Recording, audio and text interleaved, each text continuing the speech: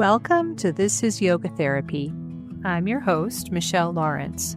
Join me as we venture beyond the mat into the fascinating intersections of yoga and health. Each episode brings you candid conversations with the visionary leaders and practitioners who are truly shaping this field, sharing their stories, insights, and the profound impact of yoga therapy in action.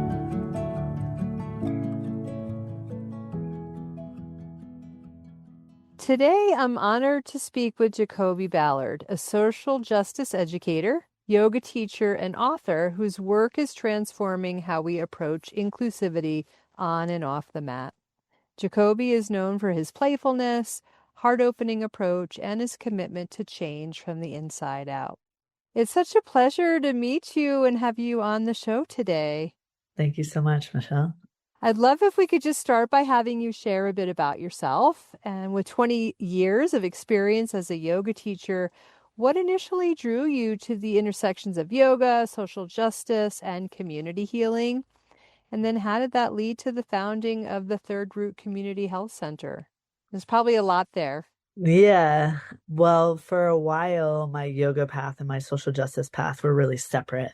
And I would kind of sneak away from my activism to do my yoga practice or keep it under wraps and not really share about it, because there's a idea, less so now than there was 25 years ago, but there's sometimes an idea that we don't have time for self-care. There's people dying, there's ecosystems that are being devastated in this moment. How dare you not be at the boycott, not be at the sit-in, whatever it is. And at the same time, I really have always been held and guided by yoga teachings and philosophies, but not always held and guided by yoga teachers necessarily. And, sometimes have experienced harm in different yoga trainings and classrooms. And so I was kind of navigating both of those worlds, loving the spirit and the philosophies and, tools for the nervous system that I learned in yoga, and loving the dream of a better world within the spheres of social justice. But they didn't really, even though both of them were talking about liberation, they weren't talking about the same liberation. And it wasn't until starting Third Root and a couple of events that preceded that I saw the confluence. And meeting the co-founder of Third Root Community Health Center as a acupuncturist and massage therapist, and she was facing kind of the same, very similar conflicts and places that she was trying to do massage and acupuncture. She's a queer woman and not serving our communities, and not seeing much diversity, and going to school with folks of diverse backgrounds, and then seeing them struggle once they got out of school and not a lot of supports. And so we really wanted to set up a clinic that we're doing the work interrelationally, as well as in our own practice, as well as in a community level. And I'm really grateful for, I feel like Third Root kind of served as a training ground for me. And it was so perfectly located in Brooklyn, so that there's everyone I knew was doing social justice work of one kind or another. And since healing justice work was new at that time, there was lots of intersections and confluence. I got to teach a monthly meditation at the Estrella Foundation, and one of our teachers taught a weekly yoga class at the New York Immigration Coalition, and one of our acupuncturists gave acupuncture treatments to the organizers of the National Domestic Workers Alliance. So there's just so many opportunities like that, just because we were in New York.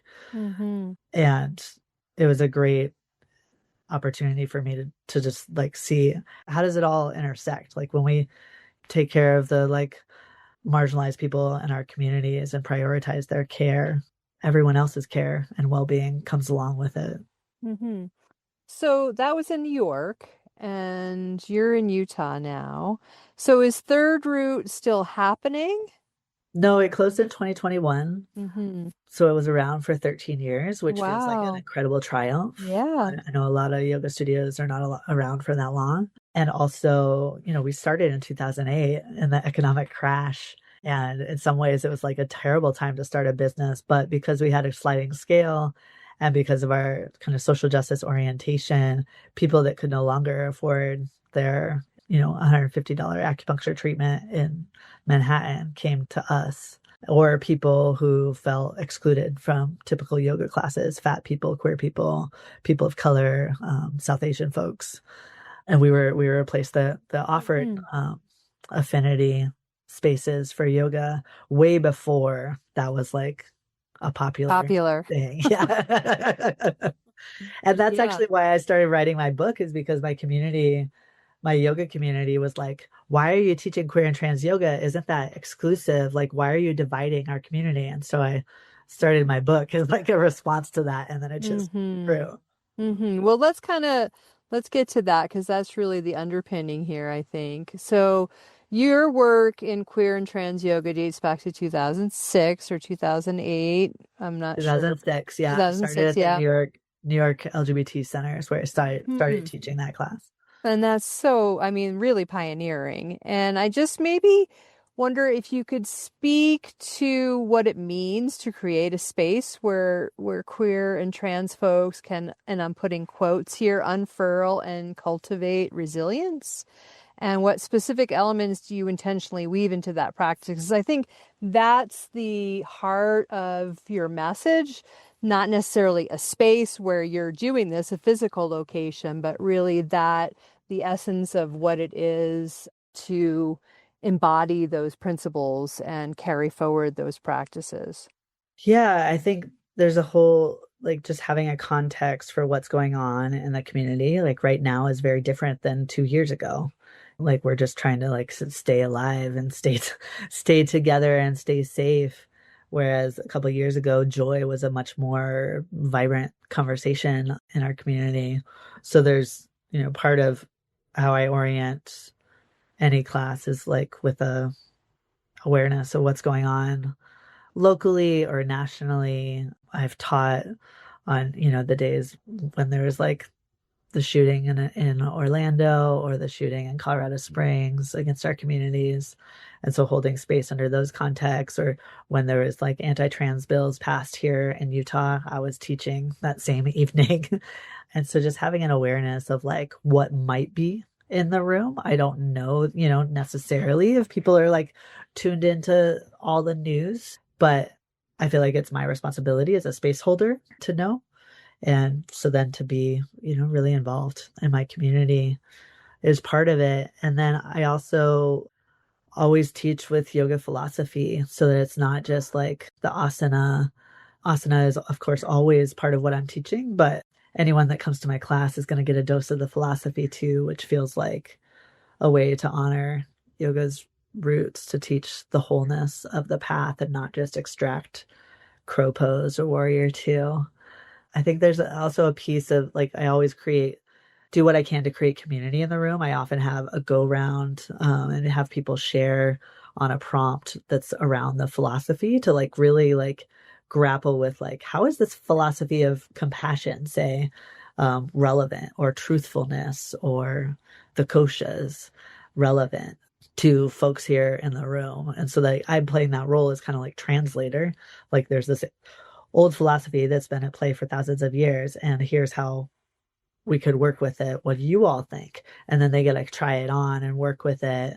And, through that process of sharing, like they get to know each other. Like I taught class last night. There was someone is in grad school, and so she's a trans woman in grad school. So she's like grappling with like how her professors are treating her and the people she wants to work with and serve. And so she's talking about that. Whereas someone else is like a farmer and talking about like the end of season and what it means to be connected with the land. And so I think that, that's like a way to bring the practice off the mat, or have the practice really take up the whole room instead of be isolated to our little like 2 foot by 6 foot space.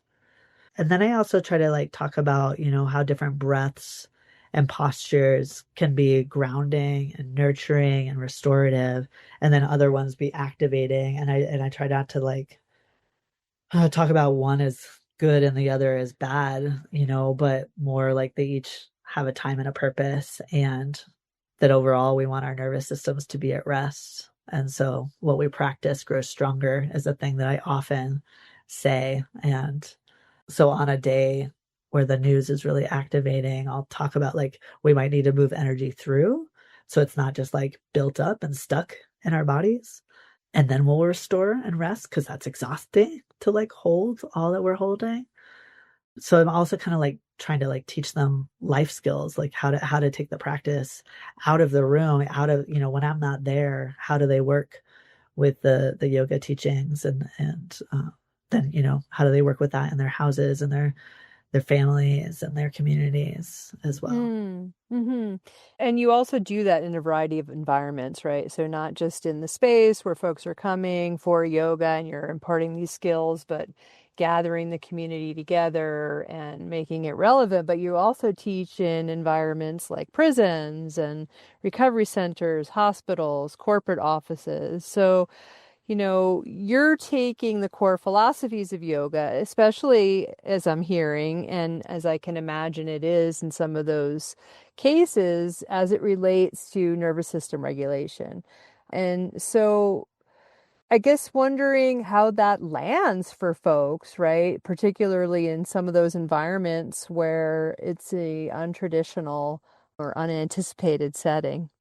Yeah, I mean, again, I try to make it relevant and, get to know the people, get to know the students.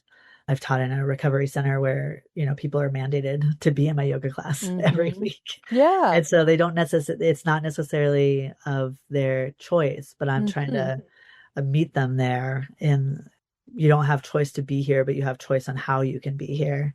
And this is why it might be useful to be here. And just like kind of helping connect those dots for folks. And I see part of my role as the teacher and space holder to like get to know people and see why it's relevant and then like see the dots that are in their lives and help them connect it.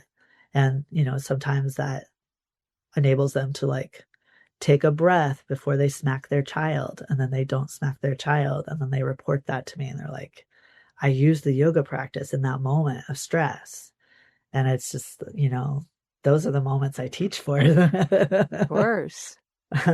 Or in the prison, it was really profound to see the men's work with a lot of the teachings and to see how the prison walls didn't restrict them being free within themselves, that there was a part of them that couldn't be restrained or confined because it's, so much, their being is so much bigger than that. And that was like to witness them get there on their own. I'm like planting the seeds and stewarding them along the way, but they're the ones who do the work to get there and share that.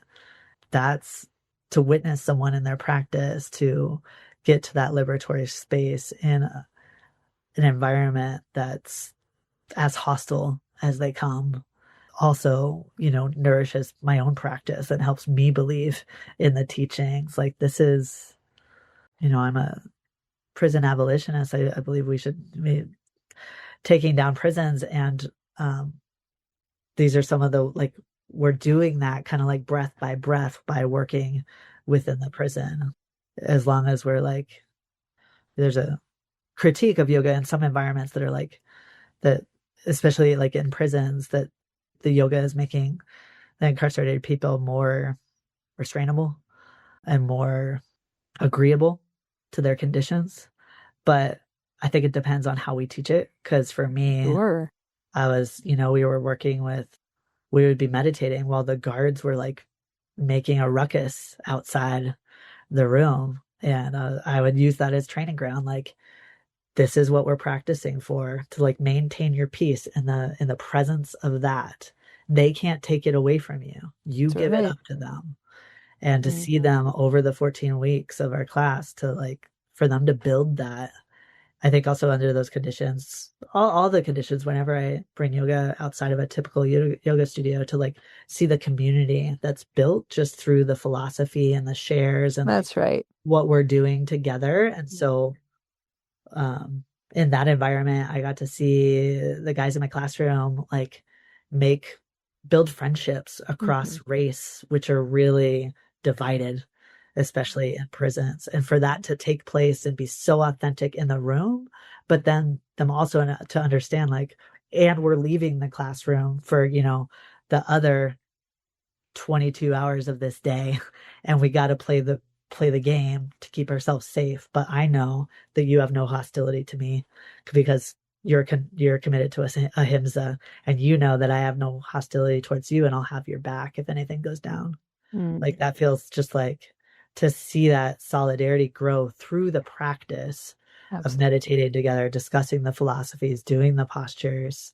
Yeah, you can't even really quantify that in any way in terms of, effectiveness of yoga, Right. right? And I think for yoga teachers like yourself and many others who have been teaching for a long time, particularly outside of environments, but not necessarily, right, that are standard yoga studio environments. We stay in it, I think, because of the tremendous love in the room and the community that's created. That to me is such an important healing element of the yoga practice is that community. And I think it goes far beyond any benefit of asana or even pranayama or the other subtler practices, right? I mean, those all feed into the energetic space, right? That might make that relationship building, that community building land differently. Who knows? But it's just, I think the real heart of it is there. Yeah. Well, let's talk about your book. So, you're the author of A Queer Dharma, Yoga and Meditations for Liberation. And I would love if you could just kind of share a bit about the book, some of the themes, the concept of liberation through yoga practice, and how it applies to navigating identity stigma, such as the stigma you personally experienced, but maybe, stigma in general too. Well, it came about at first as a response to larger yoga community. And so I have a chapter about how I teach queer and trans yoga and what's different about queer and trans yoga. And I explore cultural appropriation because I've been in relationship with South Asian teachers of yoga who have, an ancestral heritage of the practice that's very different than someone like me who picked it up when I was 18. And so it feels like really important to as a white person to be in dialogue around that and willing to have those uncomfortable conversations that continue. I was just teaching in a yoga teacher training a couple of weeks ago. I was called in to work with the white students in the training because it had come up like a South Asian person had asked them all like, why are you white people teaching yoga? And so they were like grappling with that, and I was like, well, I've been grappling with that question for 20 years. Like, that's important to like have that conversation. Why are we? Why are you? Talking about trauma as well, which, I think training in trauma informed practices is becoming more and more common in yoga teacher trainings and yoga therapy trainings. It's not ubiquitous yet. I think it should be because inevitably we're going to have people who've experienced trauma in our classrooms. And so we need to skill up and know how to be with that and see the intersection of trauma and injustice. Like trauma is a product of injustice, and solidarity and liberation as a practice of resilience. And so being able to read the room and also see what to anticipate what could come up in the room just based on like who you might perceive people to be and then also what they reveal about themselves over time. Like I have a student who's living with a traumatic brain injury, and one of the impacts of that for him is balance.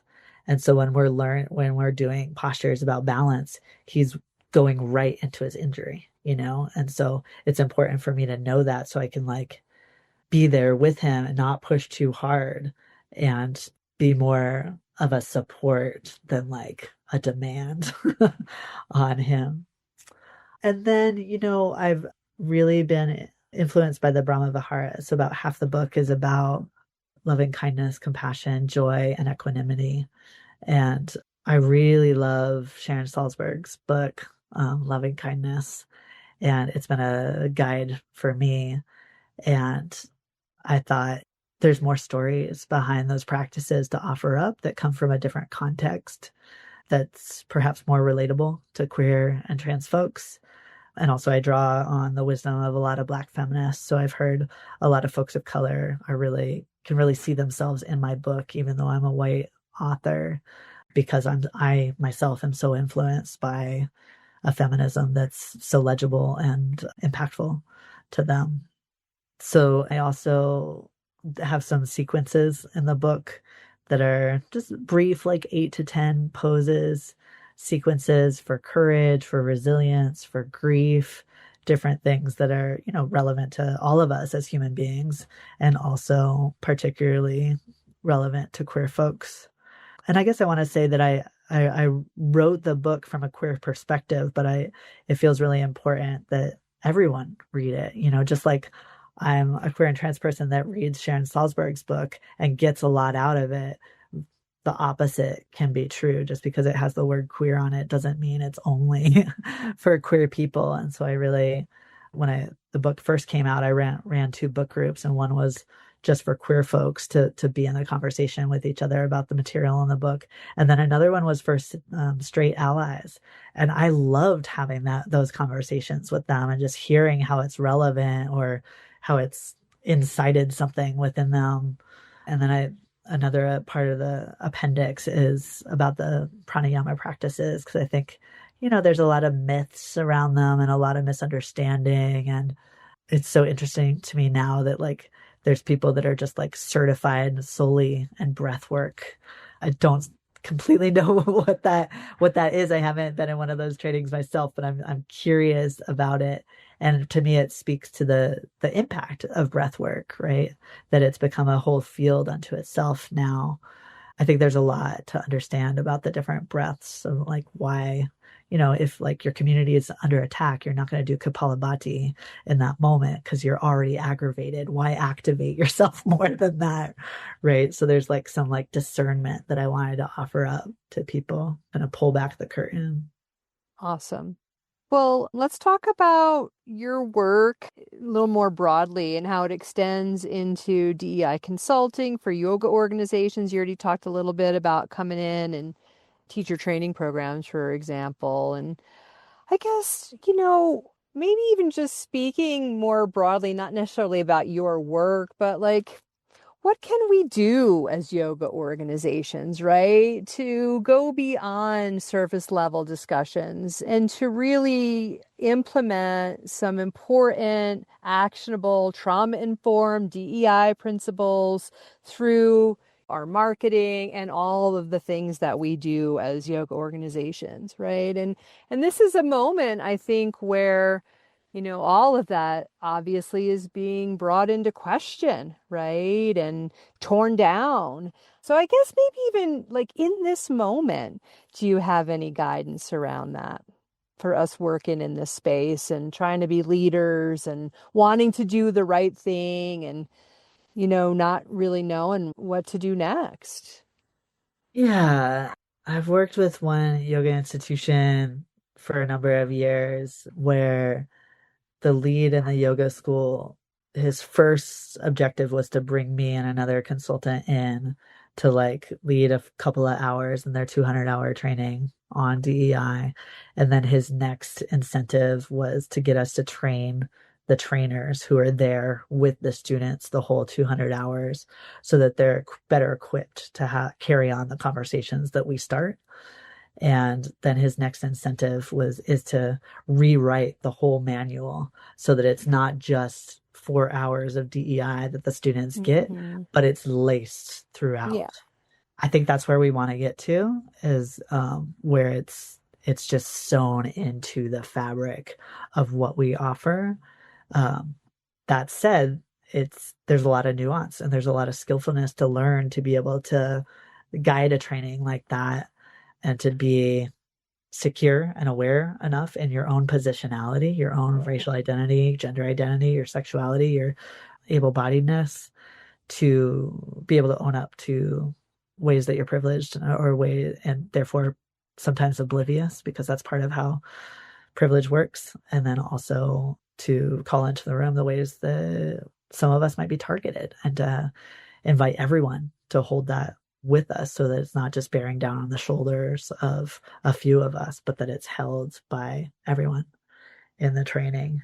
I try to meet people where they are and make it relevant and build connections so that it's not, I don't teach in a way where I'm trying to shame or judge anyone. If anyone's new to the conversation, I'm like, thank goodness you're here. Jump on in. We got some work to do. Rather than like, where have you been? I've been doing this work for 25 years.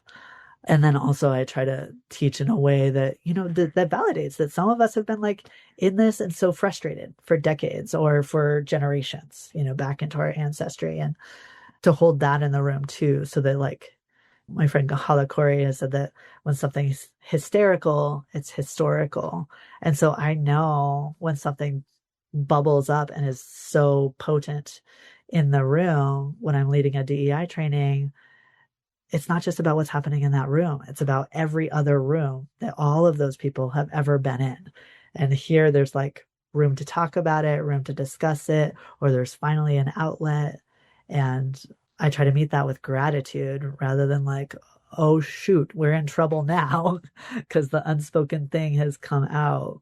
And then, though, you asked about the way that like DEI is being targeted and is like so in the media and receiving scrutiny from the right. And to me, I think that's because we're effective. We're pushing on some nerves, and there's some steadiness to hold in that work to figure out how to still continue to have the conversations. I know a lot of institutions have switched from the term diversity, equity, inclusion to building cultures of belonging. Or, so there's like ways that we can work with it, with the pushback that's like clever and creative, where we still get to have the conversation, because the conversation's not going anywhere. It's going to be timelessly relevant in a country as diverse as this, to like figure out, how do we all have a life that's where we're safe and have our own dignity and have a sense of belonging? That's a really big to do, especially in this moment when so many communities are being so targeted and so pushed back on and so vilified and repressed. My own trans community among those, And I also, my friend Teo Drake talks about that we can't policy our way into change. And his organization is the Transforming Heart Collective. And I love that, because that's the lasting change, when we get into someone's heart and shift how they might think about someone else in the room or someone else in their life, and provide a little bit of an opening. Whether that's in Kelly McGonigal's book, she's pointed out that the most targeted, or the people that it's easiest to dehumanize are either those with the most power in the world or those with the least power in the world. So like unhoused Black disabled folks or corporate CEOs that are building spaceships, right? And so how through our practice do we commit to not dehumanize anyone? Because it's a dangerous road to travel. And what work do we have to do within ourselves to get there, to remain committed to the humanity of someone gives no care about your own humanity, right? But yeah, there's so many layers to it, and I think it's timelessly relevant, and it's about learning how to love better. And so I can always tie it back to the spiritual teachings, like if this truth surfaces in the room, this is satya at play. Or, if someone's hurt is being visibilized, like that, our spiritual calling is to meet it with compassion, right? So I try to work on that like heart level and personal story level, rather than just like teaching the like philosophies and like theories of change or diversity or how to be inclusive, but really work with like, well, what's going on in your life? What do you see? What do you struggle with? Who are the people that walk into your yoga classroom and you're like, oh shit, like I don't know how to work with this person. Sure. Yeah. And like that's such an important, like that's why we have colleagues, and build our colleague relationships starting at that yoga teacher level. And then we like, go through other trainings and make connections with other colleagues. And those horizontal relationships allow us to be more skillful over time. Like the people that I know that I've trained with 20 years ago, like this man, Sam Chase, I just saw him at Kripalu a couple of weeks ago. And yeah, just to like, we spent 10 days together ever, very intimate days, and we're going to be connected for the rest of our lives. Mm-hmm. And he can message me about like a trans person that he's working with and what he doesn't know and like what is he missing, and I can message him about, you know, something neuroscience that he's like really brainy about. So I think, you know, it goes back to like community that we've already talked about, to have that among like yoga colleagues. And I think it really defies the capitalist like pursuit of like fame and reputation. And to me is like one of the ways that I've been called in by my South Asian colleagues to like know that like I have some wisdom, but what I have is but a drop in the ocean of wisdom. Mm-hmm. And to always, always, always remain humble and know that like I'm a student first. Mm. How about just sharing what else you're up to? What else you're working on in this moment? Whether it's about Queer Dharma, the work you do mentoring other yoga teachers, prenatal, postnatal yoga, how people can connect with you. I'm sure there's some folks listening who are curious, so talk to us about that. Yeah. Some of my current projects, I had a chapter in a Queer Dharma written about that I wrote about forgiveness. And that has led me into like the intersection of like public calls for accountability, whether that's through the Me Too movement or different cancellations that I've bared witness to.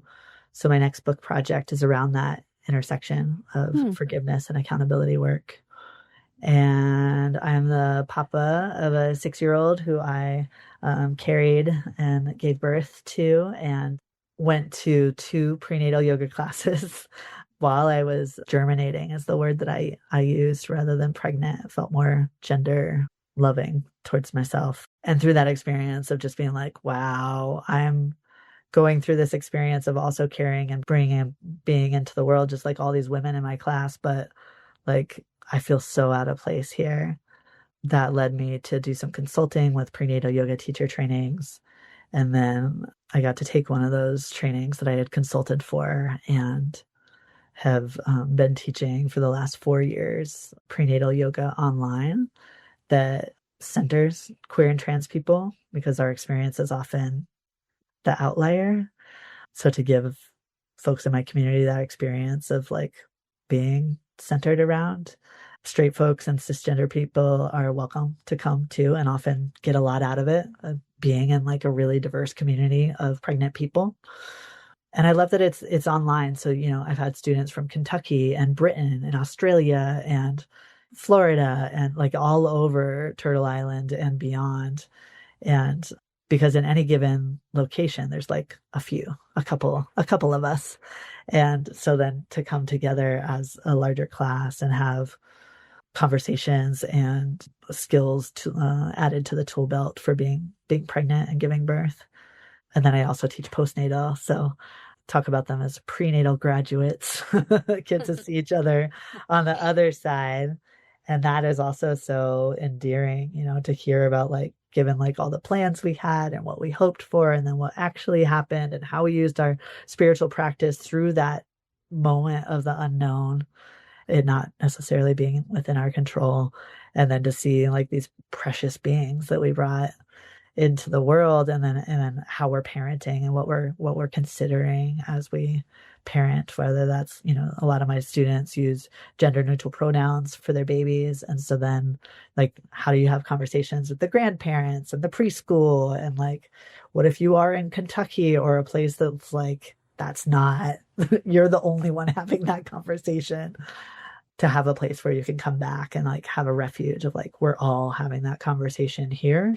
And then we're all going out and figuring out how to parent in these liberatory ways that the teachings point us towards. Yeah. So I teach online. That's one of the ways that folks can find me. I teach retreats, about 5 or 6 retreats a year, my own retreats, and at different institutions. That's all available on my website. And yeah, and then you can find me in different different anthologies. I wrote the preface to a seahorse anthology of like trans people that gave birth that comes out next month. I'm in an anthology about queer divorce. Yeah, my writing is here and there. Mm-hmm. Very cool. Well, I'd love to ask the last question that I typically ask on this podcast, really to kind of share a bit more personal about your practice and really what sustains you to do the work and be you in the world. It's such an important element, I think, of having that first, our own steady daily practice or however regular it might be, and before we can go out and hold space and share the work with others. So tell us a little bit about what your practices look like.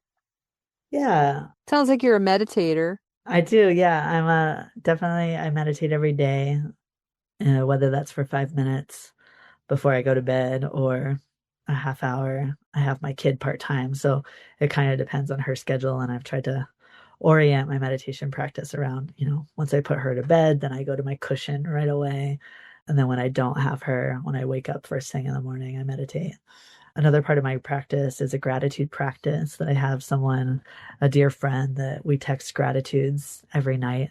Mm. And it's been a beautiful way to get to know each other better. And also it's because I feel accountable to her every night. Throughout the day, I'm like looking for the things like, what is special about today? What am I going to report? And that, just orients me towards the goodness and the brilliance, which is like really good for my nervous system in that moment. And then I do some kind of embodiment every day. Sometimes it's asana, or often there's at least a bit of asana, and then sometimes I need a little bit more discharge. So I've been running a lot. I live in the mountains, so I hike a lot and commune with nature. And then I would say like I try to talk to at least one beloved every day as another part of my spiritual practice, to commune with someone who really knows me and someone I really, really love. And whether that's to have like a deep conversation or just share about what we're cooking for dinner. That's beautiful. I really like the gratitude texting at night. That's sweet. My kids are a little older than yours, not too much, but we have a practice that we just kind of talk about what was your favorite part of the day, It's kind of similar in a way. Yeah. Yeah, But we do that too. We have a uh-huh. rose and a thorn Uh-huh. that we Yeah. do. Yeah. Yeah. And it's fun to practice with our kids, right? To Yeah. figure out how the practices are relevant to them. Like my kid Mm-hmm. knows that like she can take, when she's having a hard time, she can take space. And Mm-hmm. I love that. And what Yeah. she often does is like she goes and makes art, and then Mm-hmm. she comes back out when she's ready, and we do a little nervous system regulation, and she just knows that that's like part of coming back together after upset. We're Mm-hmm. like breathing together or just like snuggling and holding each other close, co-regulating like that. Yeah. Beautiful. Well, so great to have this conversation with you, to get to know you a little bit and Thank you. kind of see everything that you're doing out there. And I hope our listeners are inspired as well. Thanks so much for taking the time. Thank you so much, Michelle. Thanks again for listening. If you're interested to learn more about who we are and what we do, check us out at innerpeaceyogatherapy.com.